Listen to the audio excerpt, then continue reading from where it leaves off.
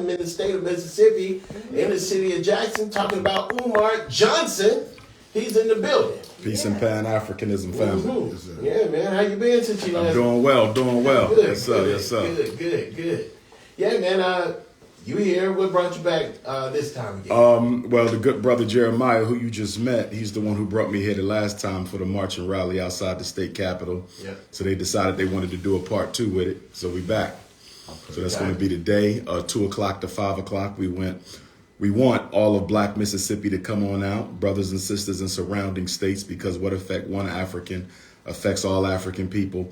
And if the white power structure of Mississippi is successful in moving forward and expanding this capital city district that they have, as well as all of the various other policy initiatives coming from the racist Mississippi state legislator to strip Mayor Chukwe Lumumba of his municipal authority and the voters of Jackson of their power to choose their duly elected officials. If they can do it in Jackson, they can do it anywhere. Yeah. And so we have to stand here to make sure that this problem doesn't go over into other states. Because one thing we know about racism in America is they run a lot of pilots, a lot of test pilots to see if it can be successful in one place, and then they take it to other places. Yeah, because I seen I couldn't remember what I read. It was something like that happened in Missouri. Something of that nature was going on in Missouri. They were trying to create some kind of situation around the city where, you know, mostly all the black people live. I can't remember where I read, and I think they were trying it in Arkansas as well. I can't remember. It was about 2 or 3 weeks ago that I read it, but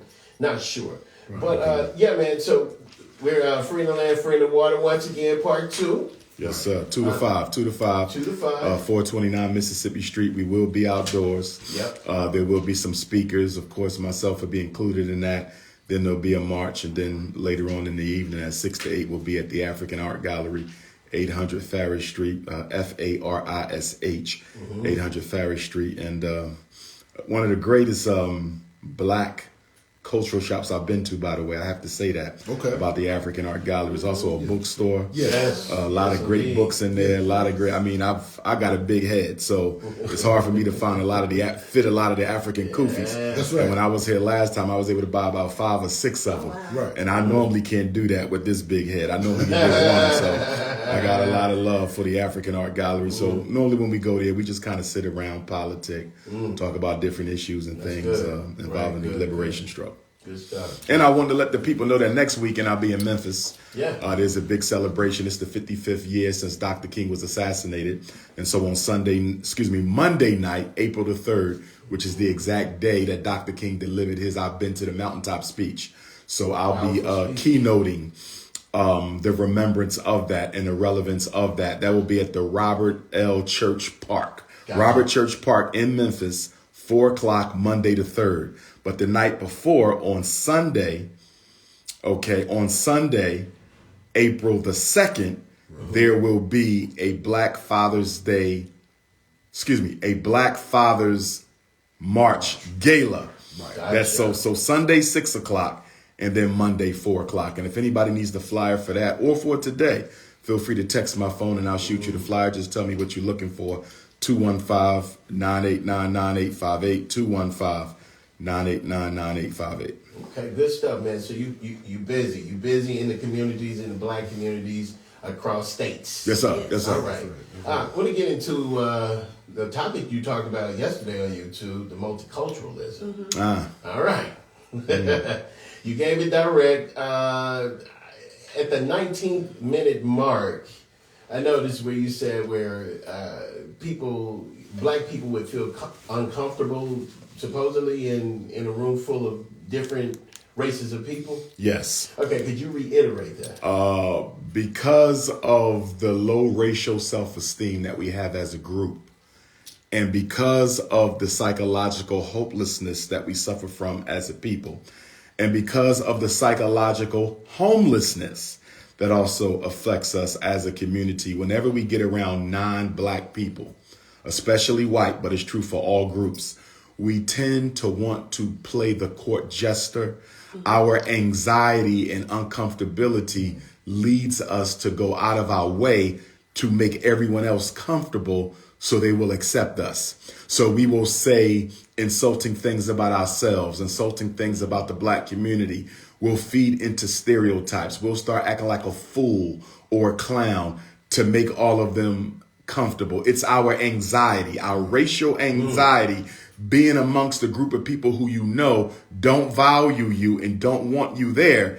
It often triggers subconsciously in the mind of a Negro that plantation slave mentality and that plantation slave behavior that says we have to keep the master comfortable at all costs. But in that statement, you're saying, so you don't think that the other races of people, when they're around the other races of people, think the same thing or tend to do the same type of, or have the same type of behavior? To some extent, yes, I've seen it, but not to the extent we do it. Right. Not to the extent we do it. Because when we walk into a room, one thing is absolutely clear. Nobody else in the room really desires us to be there. Most of us know we are tokens. We know that when we walk in there. You're only here so we don't look like the racists that we are. You are a token. And every other group in America is united against our best interests. So even though you might be in a room with one white person, one Asian, one Arab, one Latino, one East Indian, one Native American, one European Jew, they are all collectively opposed to black people. So multiculturalism is a sham and a farce because nobody's interested in inclusion for black people. Okay. If they were interested in inclusion for black people, you wouldn't see as many homeless. You wouldn't see as many incarcerated. You wouldn't see as many unemployed. Someone would have to show me the inclusion for black people. Even when you look at affirmative action, which was supposed to be the inclusionary policy, it benefited homosexuals, physically white handicapped, and white women more than it benefited black people. Although on paper, the civil rights bill, the affirmative action policies claim to be inclusionary programs, they never sought to include black people, only to give you the illusion of inclusion. So how about when they use the term people of color? People of color is a distractionary term. So what people of color says is we don't want to empower blacks, but we can't come out and say that. We have to look like we care. So what we're going to do is we're going to lump all non-white people in this generic term of people of color. Right. This way, it looks like we're talking about black people. Right. We're serving black people, but we're really talking about all non-whites who are other than black. Right. So for example, let's say Jackson, Mississippi. Hypothetically, you look at the city and you say, or the state, let's look at the state of Mississippi. What percentage of state contracts went to black people? The governor may say we gave 20% of our contracts to minorities or people of color. I didn't ask you how many contracts you gave to minorities, and I didn't ask you how many contracts you gave to people of color. I asked you how many contracts you gave to black people. Because guess what? If we allow ourselves to be clumped in with all non-whites as people of color, they can give 20% of the contracts to people of color, and not a single black get one. You see that? Yes. Exactly. So the definitions that we use that allow us to be multiculturalized in with other anti-black, non-white people will ultimately be used to disenfranchise us. But psychologically, they get away with it because we as a race are not comfortable standing alone. That's why whenever we have a march or protest, if you notice, most of the time when we speak, we're including other groups in who have nothing to do with it. Right. Take the George Floyd protest. Everybody who spoke of the issues of Latinos, spoke of the issues of homosexuals, spoke of the issues of brown and yellow and poor white. Never came back to black. So how can you make the government prioritize your issues as black people when you yourself won't even prioritize your issues as black people? Now, multicultural to me is a spectrum, right? So when you said that, you focused on one situation. So when you say multiculturalism is not the way for black people, what if, you love who you love? You that ain't got nothing to do with it. We're talking about political, economic empowerment. Okay. But it's still on that spectrum. Okay. You see what I'm saying? But if we're going to be multicultural, then let's multiculturalize the money. Let's multiculturalize the banks. Let's multiculturalize the land. Let's multiculturalize the assets. Let's multiculturalize the political power. When we have conversations about multiculturalism, it tends to be limited to social integration. Can we go and sit at the park together? Can I go sleep with a snow bunny? You understand? Can my child get enrolled at a white private school? We're not talking about that. You understand me? Charitable inclusion. We're talking about meaningful economic and political empowerment for blacks. If America is as multicultural as she claims to be, and we are 12 to 17% of the population, why don't we own 12 to 17% of the wealth? Yeah. You understand me? I got you. For me, multiculturalism is about the politics and the economics. I could care less about the social. Okay. I have no problem with white people who don't want to live with black people. No problem at all. Okay. I'm dealing with assets, resources, privileges. Now, here's with that question. Whose job is it to let us as black people know where the resources are? Because a lot of times the information is right there where we are and we won't even read it. That's true, but a lot of times the information is not right there where we are. Let me give you an example. I work in the schools. I'm a school psychologist, right? All right. Most black parents don't know their rights. They don't know that they have a right to refuse the special ed eval. They don't know they have a right to refuse the ADHD eval. They don't know that the school does not have the right to make them go put their child on drugs. They don't know if they don't agree with the evaluation, they got a right to a second opinion. They don't know. Now, does the school give them a handout when you sign a permission form? There's something called a notice of rights. It's a thick packet. You can read it straight through. But if you're not in the field of special education or school psychology, you don't know what the hell they're talking about. Okay. But then when your child ends up spending 12 years in special ed, the system would turn around and say, if you would have read your rights, you would have saw that if you didn't agree with the diagnosis, you could have got a second opinion.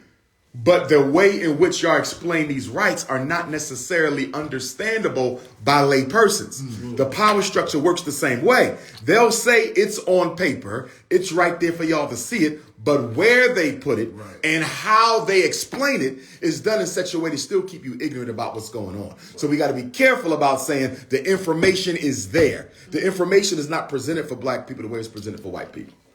Facts. Now, going back to multiculturalism, how do you feel about the people who have black skin but don't associate with being black? Like, say, somebody from Jamaica or somewhere that say, I'm not black, I'm Jamaican. Okay.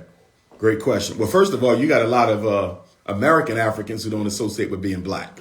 So let's be clear about that. Supreme Court Justice Clarence Thomas, straight up a descendant of enslaved Africans, you understand? Yeah. And don't associate with being black. You know what I mean? You look at all the black celebrities who marry white girls, you know, they don't associate. So this whole notion of not association with black people is not limited to African immigrants, as some people would posit the narrative. We have just as many American Africans who are as guilty of the same thing. For me, coming from a Pan-Africanist perspective, it is a problem within the race. It is not a problem of any particular branch of the African family.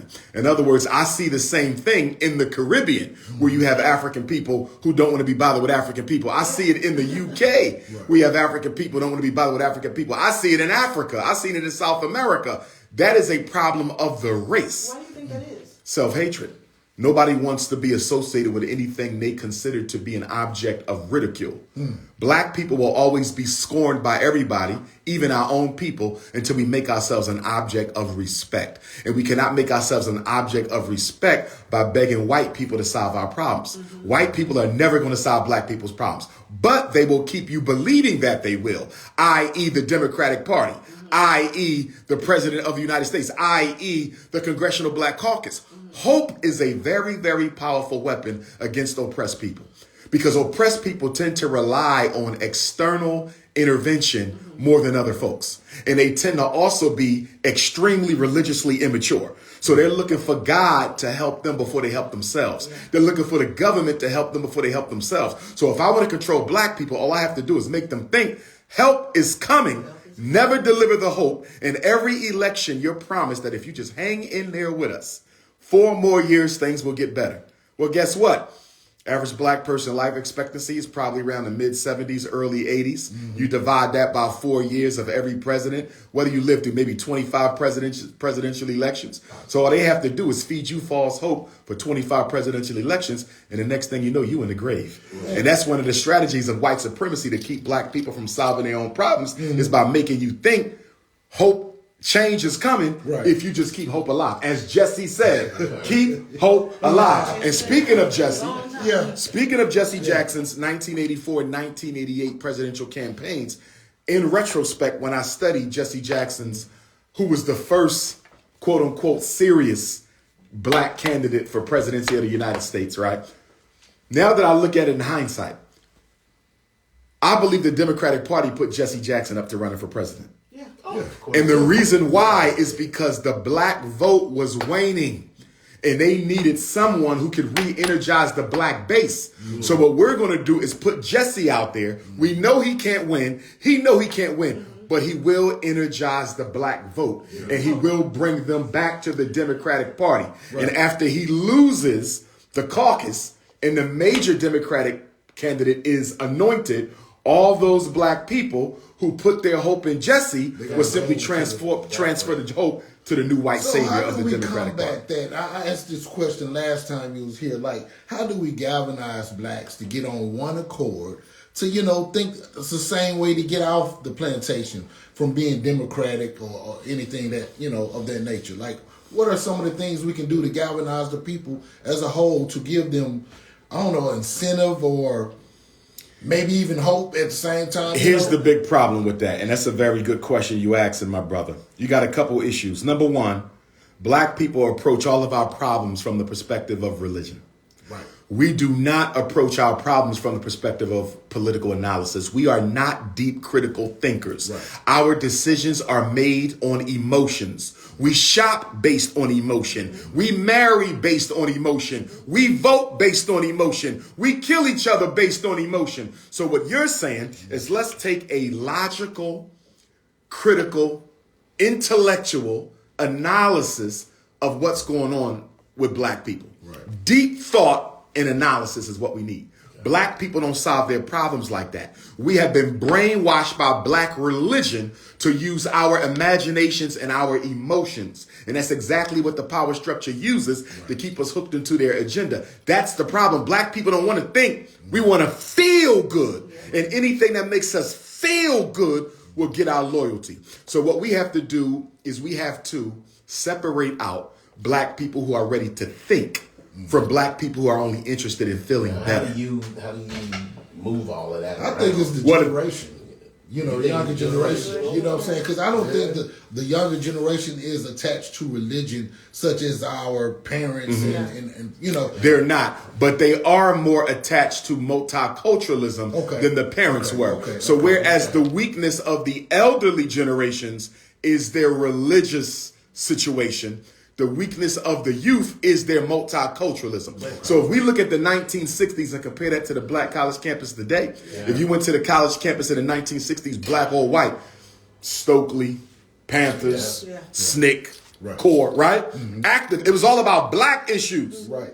Go to a college campus today, we fighting LGBT, we fighting the environment, we're fighting for multiculturalism, we're fighting to get more blacks in the Republican Party. Anything except what matters to us, our young people on the college campuses are involved in that. It is a complete 365 degrees from where we were. Right. Is it 360 or 365 degrees in a complete circle? 360. No, 360. 360. It's a complete 360 degree turn from where we was back in the 1960s. They have multiculturalized our young people, and our young people are also more materialistic. That's another weakness. So the strengths of the elders are the weaknesses of the youth, and the strength of the youth are the weaknesses of the elder. So the youth are very much more about X's and O's, measurable gain. But they're also more selfish, and they're also more multicultural. But where's the sweet spot in that? I think the sweet spot is with us. Okay. You're talking about our generation. Yeah. With the sweet spot. Yeah. But the problem with our generation, we suffer from both sides. We got the materialism, the multiculturalism, and the religious feel-goodism. Exactly. And not to go back to the Deion situation, but to see that many black men say he did nothing wrong and it wasn't his job to transform the HBCU into a paragon of athletics so that the HBCU can benefit from all the money that PWIs benefit from. That hurt me. Very few black men saw the irresponsibility in what Deion Sanders did, which tells me most black men have no problem at all doing nothing to improve the greater good of black society. And that's a shame, because part of being a man, the masculine principle, is about building and protecting. And you have so many, even with our women, you hear black men say, listen, I don't date black women, I don't want a black woman. Then that means you have no loyalty to the black community. And I'm seeing more and more black men have less and less loyalty to the black community, irrespective of whatever form that takes. Whether it's marrying a black woman, whether it's helping build a black system, as in the case of Deion Sanders, a lot of black men could care less. Do you think there's a plan to like strip black masculinity? Oh, absolutely. I think you see it even lately with what happened with Jonathan Majors, with the Snow Bunny situation. Yeah. And these black celebrities still running around with these white girls is just insane to me, you know, but he was in a cab, allegedly. He put hands on the girl. She went to the hospital. They said there was almost no marks on her body. Now, Jonathan Majors is a big, strong brother. Yeah. If he choked you out and you're white, pale, y'all turn blue. They turn every color under the rainbow when they get touched. Right. And you mean to tell me that there's no scars, no signs of this? He didn't do nothing to you, really. Right. You understand me? So she had him locked up. Then she recanted the story. Yeah. You know, now, I don't know if he was completely innocent, and he may have been. Okay, because she could have simply done this as an act of white power, as white women do, to show him that even though you might be the fastest rising star in Hollywood right now, I'm a privileged white woman and I can destroy you overnight. I don't think she intended it to go that far. Yeah. Because I think the reason she recanted her story is because she knows that if he loses, she loses. Right. Yeah, but the problem is the damage is done now. Right. The U.S. Army has already pulled his line of ad campaigns on the recruit. He lost that. He'll probably never be in another Marvel movie again the rest of his life. No, they were protecting because I feel like it's one of those. The Marvel was? Oh, yeah, they were protecting him. Okay. They were like, he's totally innocent. I'm sorry. No. Go. Okay. Because they normally, they quick to drop you. They are, but they, in this case, they were on his side. Okay. Yeah, they were. Well, probably because that movie out right now. That don't mean he's going to be casted anymore. Right. You know, they need that Ant-Man. You don't think it's one of those Hollywood rituals, you know what I'm saying? Like to, you know, the black man, you know, like the casting couch and all that type of situation that guys be talking about. Like, you know, we saw the photo shoots, you know, when everybody was up in arms about the photo shoot with him being. Yeah, I didn't appreciate those. Yeah, I didn't appreciate those either. It's a lot of things tied. But like the embarrassment ritual, you know what I'm saying? Like, you know, you're like a regular black dude out here, man. You're not, you know what I'm saying? Like it could have been, but I think it was definitely an attack on black masculinity. Right. I'm going to compare it to something to show you that. You've had white men who were guilty of spousal abuse. Oh, yeah. Right. You had a white NFL player who beat his black girlfriend almost half to death. You regularly see rich white men get arrested for beating up their women and girlfriends and so forth and so on. Jonathan Majors got more press off of an allegation in 24 hours than they got off of substantiated abuse. I'll give you another parallel. What just happened yesterday? Unfortunately, there was a murder, a shooting, Nashville Christian Private Academy, right? Now, we found out that it was a white woman, a white transgender. But guess what? That wasn't brought out right away. Nope. They only brought it out once they knew that they could no longer hold it. Right. When black people commit crime, they put you out there from the beginning. Even children, they'll name who they are. You understand me? So when I look at this, what I'm saying is Jonathan Majors got more press in one day. In his first 24 hours of this incident, with almost no evidence he was guilty of, got more press than a school shooting that left 3 children and 3 staff members dead. So that clearly shows that the American media has a voracious appetite of destroying masculine black males. They do not like masculine black males. I don't think this was a Hollywood ritual, but I'm not going to rule it out because I can see the need for the white power structure to disgrace his image somewhat to perpetuate their narrative of toxic masculinity. And what's interesting about the toxic masculinity concept is how can masculinity be toxic but transgenderism not be? Now, segue into another situation. You, all right, the work that you do. All right, we saw a couple of weeks back that somebody busted one of the windows out of the school. Yes. Right. So we boarded them back up. Do you think with the work you do, you think that people feel when you're on that you're a scam? For money? You're scamming for money? I think that my detractors, I don't believe there's anybody who's think I'm a scam. Okay. Let me take that back. I don't think there's anyone who knows me who has ever been in a room with me who thinks I'm a scam. Gotcha. You follow me? Gotcha. I believe that there's people who have not met me who listen to the negativity of the detractors who may think there's some truth to that. Right. You understand me? So if you're a second or third party, you might, because you have no frame of reference. Gotcha. But if you've been around me, you know better. Right. And when we talk about the whole scam narrative that we've been dealing with basically the entire fundraiser, 9 years now, it's been put out by jealous persons. Nearly everybody who has led the We Gotta Stop Dr. Umar movement, nearly everyone had a legitimate reason to try to stop my work. One guy was like a life coach, but he wasn't successful. He wanted to be a public speaker. He wasn't successful. If you look at his website and take his name off and put mine on there, you would think it's Dr. Umar.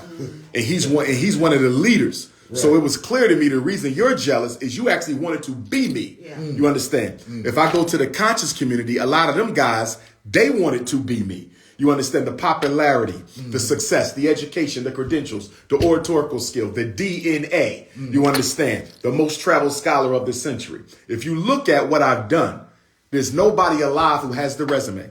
I'm talking conscious or mainstream. Nobody has the resume. And very few ancestors even have the resume. There's never been a scholar of my stature with my credentials to have the mainstream following of a regular black celebrity. All right. I have the following of a black celebrity. My interviews get more views than people, you understand, who are worth billions of dollars and have sold hundreds of millions of albums. I'm right there when it comes to followership. If you put me in a room with the top 10 black celebrities in the country, don't be surprised if more people come over to me than go over to them. So why do you think people... And I've done it without any white platform, any white support. I've never been on Oprah's couch, and I'm just as big as anybody who's been on Oprah's couch. So why do you think people, even black people, choose to cast doubt on a black man that's trying to do something positive? For the community. Well, number one, for some black women who suffer from reactionary feminists, they don't like to see black men succeed, period, because they see the black man as the enemy. Feminism has conditioned a lot of black women, not all, not most, but many, to see the black man as the enemy. He must be stopped at all costs. And I also think I get some of the vicarious trauma of black women who look at me and see the husband who left them, see the baby daddy who left them, see the boyfriend who abused them. You understand me? So since I'm out there and I'm prominent and psychology is my platform, I think they transfer onto me a lot of the traumatic feelings they've had for significant others in their life. I get a lot of that. You understand? For the black men, it's just pure jealousy, pure jealousy. And the issue with brothers is that ego. You understand? And we got to go back to the plantation.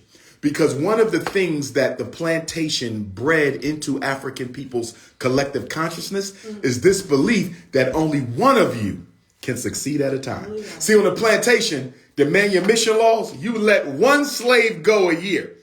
Only one. So the slaves started working against each other because they knew only one or two or three, but never all. So the white man was very clever and crafty in making sure that any benefits we gave to the enslaved African could only be enjoyed by a select few. This automatically make you a competitor with the people you should be collaborating with. So when people see me doing what I do because of the slave mentality, they say, if Dr. Umar's winning, nobody else can. Right. That's totally wrong. Yeah. All of us can win, and we can win at the same time if we just work together. The jealousy in the black community is largely due to this idea that the white man gave us as part of our post-traumatic slavery disease that only one black person can win at a time. So if they see Tyler Perry with his own studio, no other black person can do it because Tyler did it. That's not true. There could be a million more black studios. You see a black person with a new restaurant in Jackson, right? Right. People hate. Why?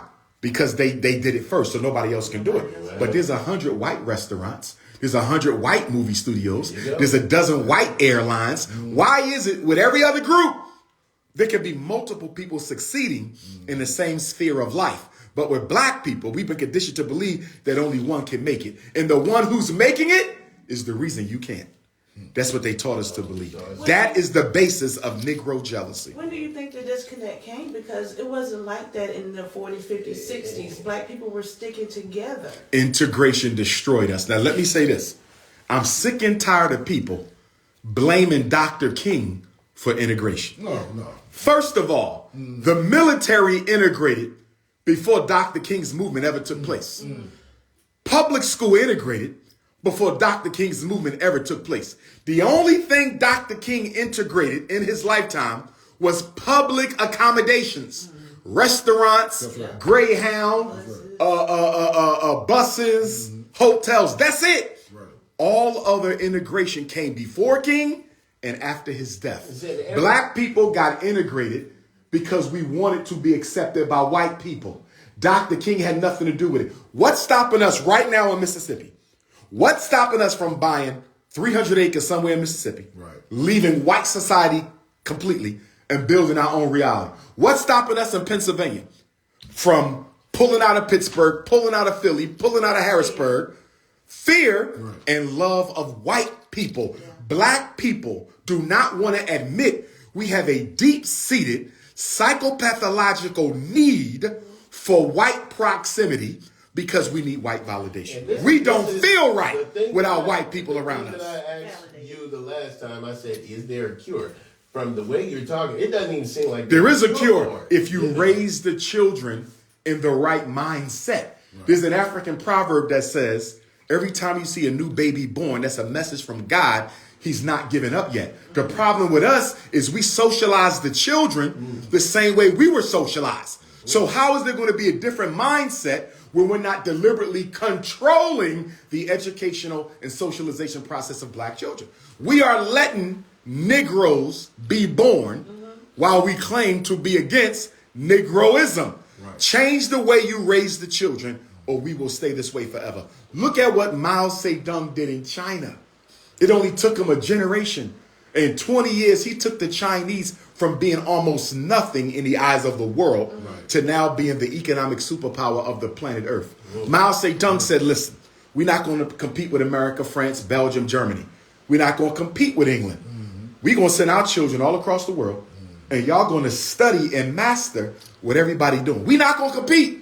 We just going to make the cheaper knockoff version of everything. And by doing that, China is now the Walmart and the dollar store of the planet Earth. Here's the brilliance of Mao Zedong. He said, listen, the white man runs off capitalism. Overcharging, you understand? Overcharging for the product, but underpaying for its production. Air Jordans cost $5, but we sell them for $225. That's capitalism. Chinese man said, wait a minute. 2/3 of the world lives on less than $1 a day.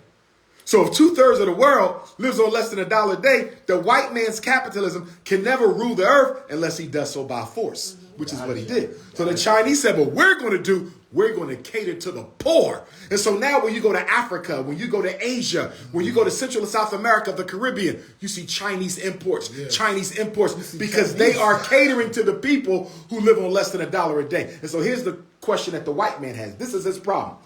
The American government's problem, France's problem, England's problem.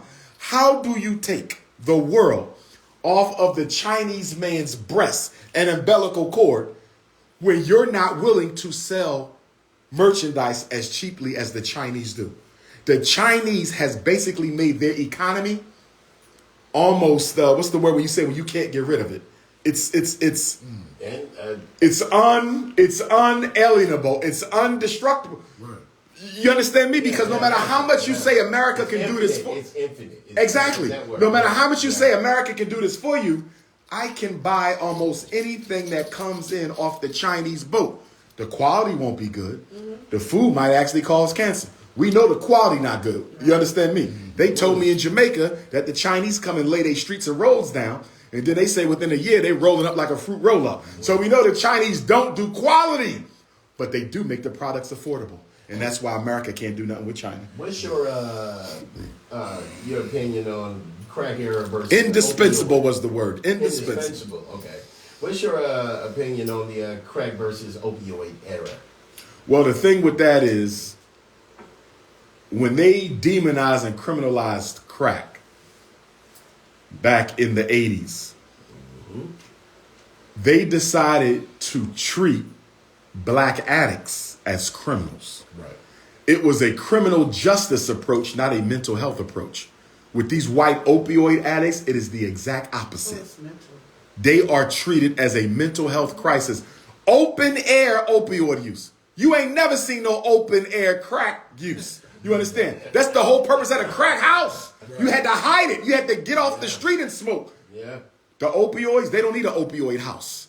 They can do it right out on the street, and the government will even give them clean supplies and everything and so forth, and health care and everything else. So that clearly shows you that what is done to black people is done on purpose because they want to get rid of us. We got to understand something. We've had 4 great periods in our existence in America under British North American rule. First, we had to fight for our humanity. Okay, that's one. Then we had to fight for liberty, freedom. Then we had to fight for equality. Now we in a fight for survival.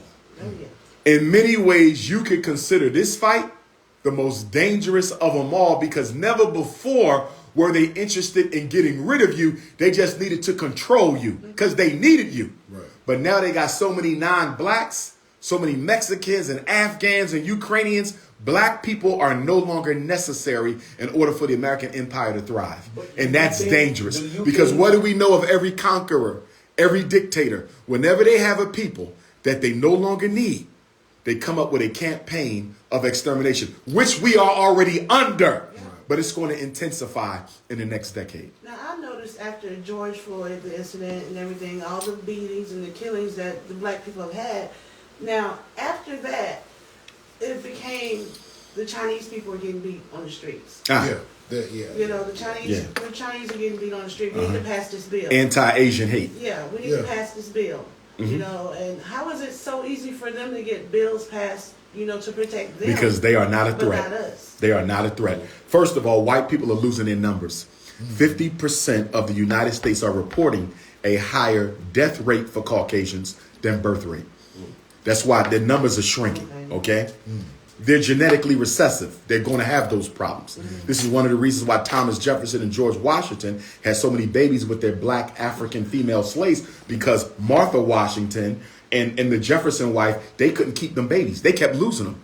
They kept miscarriaging because the white womb is an artificial womb. It is not the African womb. It is not the original woman. This is one of the reasons why black women in America have the highest infant mortality rate in the modern world. How do you explain women been having babies longer than any other woman, and we have the highest infant mortality rate in the most industrialized nation? That don't make sense. They're killing our babies on purpose to try to keep black numbers down. So anyway, with that decline of white birth, America has to automatically baptize, or should I say, put another group through initiation that they want to make probationary whites. I believe that they have chosen clandestinely to make the Chinese and the other Asians the probationary whites because they hate black people just as much. They're just as conservative and they're just as wealthy. Mexicans are going to be very upset because for a long time they thought they were going to be the replacements. I thought that it was going to be. And they were. But then what happened was white people, for whatever reason, they disliked Mexicans a lot more than Asians. They work harder and they group together. Yeah, you see. So the Mexicans were swapped out for the Asians. You understand me? And plus the Asians are a small enough group that America can control them fairly well. You see. So the reason the anti-Asian hate thing popped off the way that it did is to take attention away from the police brutality and the white racist murders of black people. Whenever we have a major issue, the first thing you will see the government and the media do is undercut what is being done to black people by shining a spotlight on what is being done to other people. Now, the Asian parlor murders in America, they were bad. They were unfortunate. It's a shame those women lost their life. I can say that, right? But here's the problem I got. That was one tragedy. One. They got an executive order and federal legislation almost overnight for one tragedy. Black people have had thousands of tragedies, and the George Floyd bill still hasn't been passed. And the Emmett Till bill is so weak as butter that the Emmett Till anti-lynching bill ain't even strong enough to get the white woman who got Emmett Till murdered arrested. How dare you name this in my honor? And the bill's so weak that a bill you named after me can't even be used to lock up Carolyn Bryant, the white woman responsible for my murder. That old snow bunny is still living her best life. She's living her best life with an Emmett Till anti-lynching bill that can't be used to lock her up. So that shows you how much power that has. I'm also seeing, I'm also seeing, here lately, stop Jewish hate. Oh yeah, another one. That baffles me. Well, let us also understand about the political games that Caucasians play. Yeah. And European Jews are Caucasians. Right. I don't care how much they try to turn themselves into another race. You are Caucasian. Yeah. Let's do a DNA test. Y'all Caucasian. Right. Yeah. The perpetrator has to always reinvent himself as a victim, so he never has to be accountable for his crimes against other groups. I'll give you an example similar to what you're talking about, the European Jew, who is responsible for so much dysfunction in the black community. I mean, you are the publishers, promoters, producers of gangster rap. Yeah. Need I say more? You control Hollywood. Need I say more? Right. The media that regularly puts out negative, destructive images of black people. Most media houses, the largest ones, there is a Jewish CEO or major stakeholder. That's not anti-Semitism. That is the truth. Anybody can look it up, but they're never held accountable. And the minute you try to hold them accountable, you'll be accused of being an anti-Semite. That's how they control the conversation, so it never comes around to holding them responsible. They participated in our slavery. They were the largest insurers of the slave ships and the Africans themselves who made the Middle Passage. Never been held accountable, nor are they included in any of the reparations conversations, which I find very interesting. How can you leave out European Jews from any conversation on reparations for slavery when they had such a big hand in it? The Secretary of War for the Confederacy was a slave-owning European Jew. Wow. You understand me? So how are you going to leave them out of the conversation? I saw an article about a week or two ago. A white woman wrote an article on Karen, the concept of the white Karen, which is basically a newsy-ass white woman who don't want to mind her business and always worrying about what's going on with other black folks. Right? She said Karen for the white woman is like the N-word for black people. This is what she wrote. Karen for the white woman is the N-word for black people.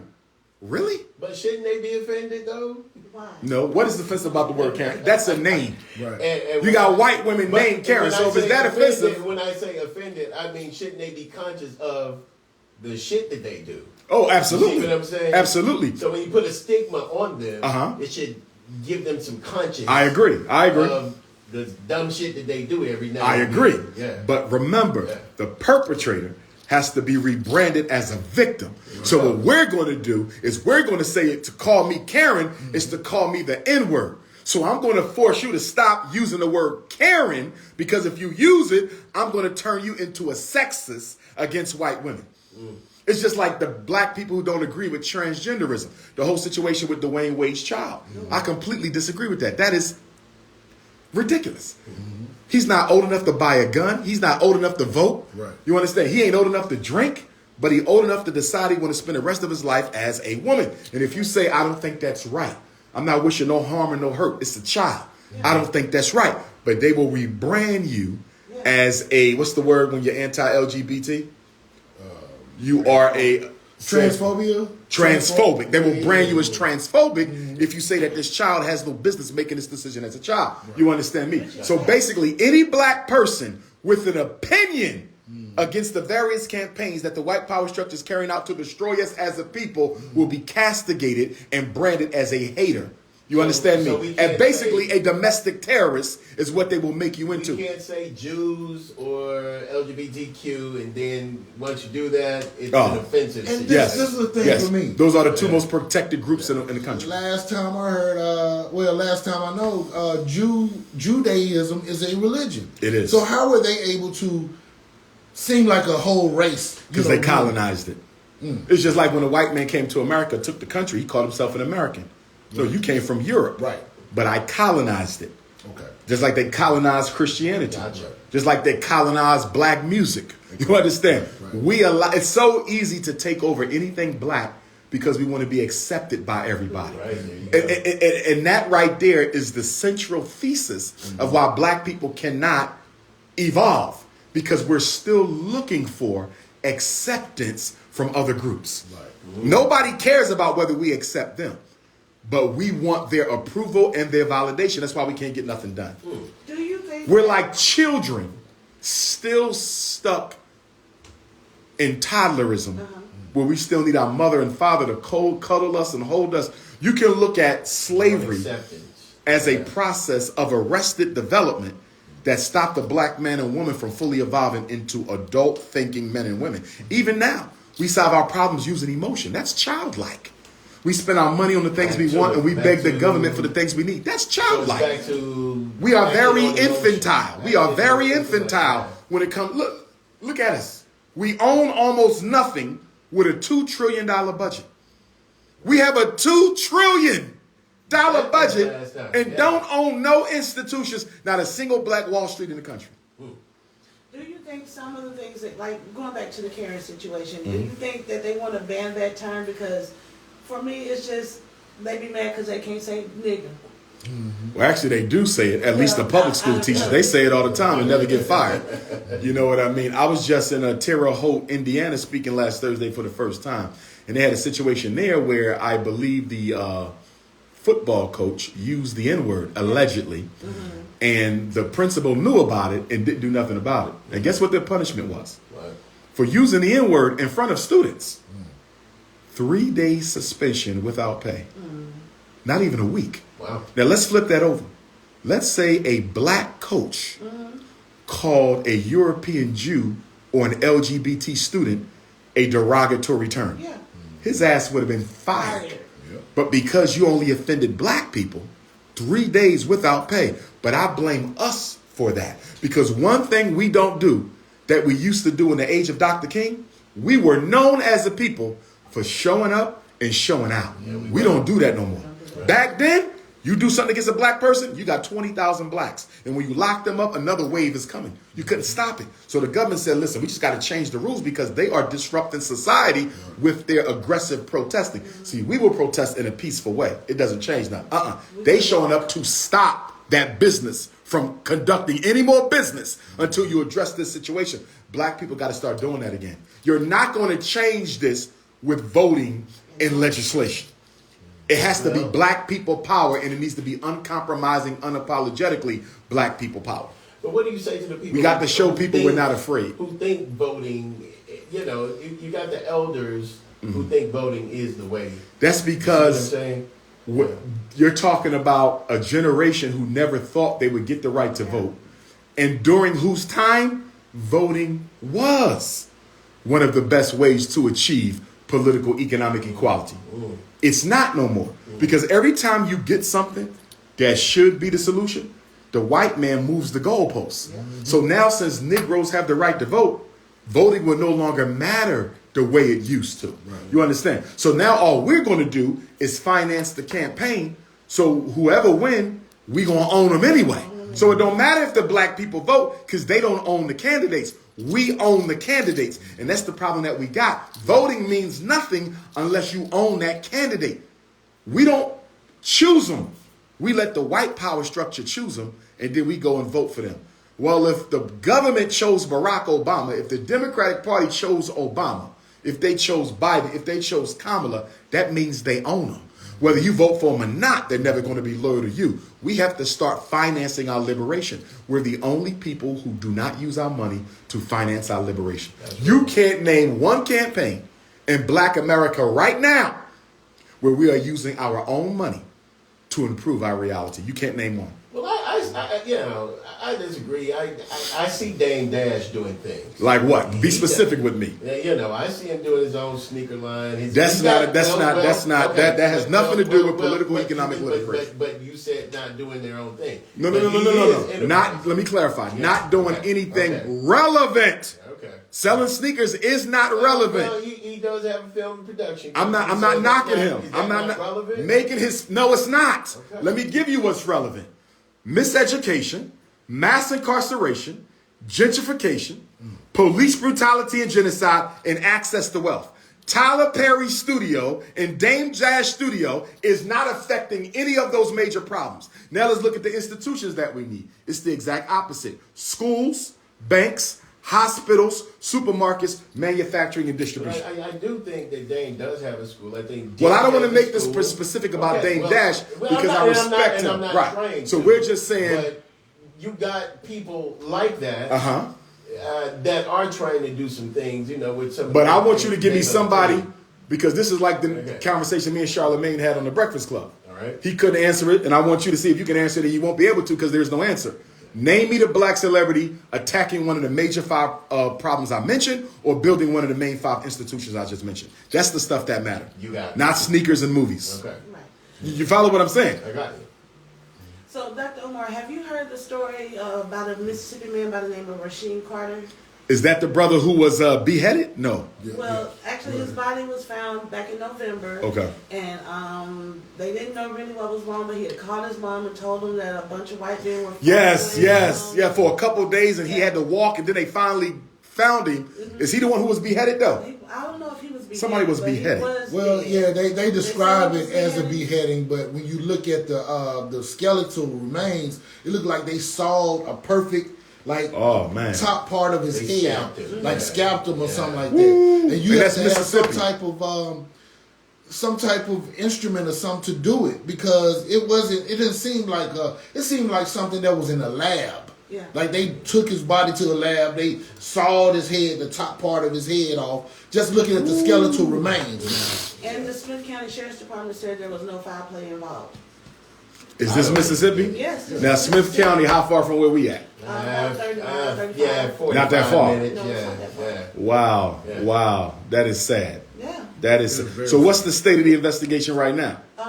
Well, they're still investigating. I think he's still under investigation. But the coroner and all that, they ruled it out as they couldn't find out exactly what happened. Because the speculation said that his body was thrown. They got a skull right there. He's showing you to your left. But the body was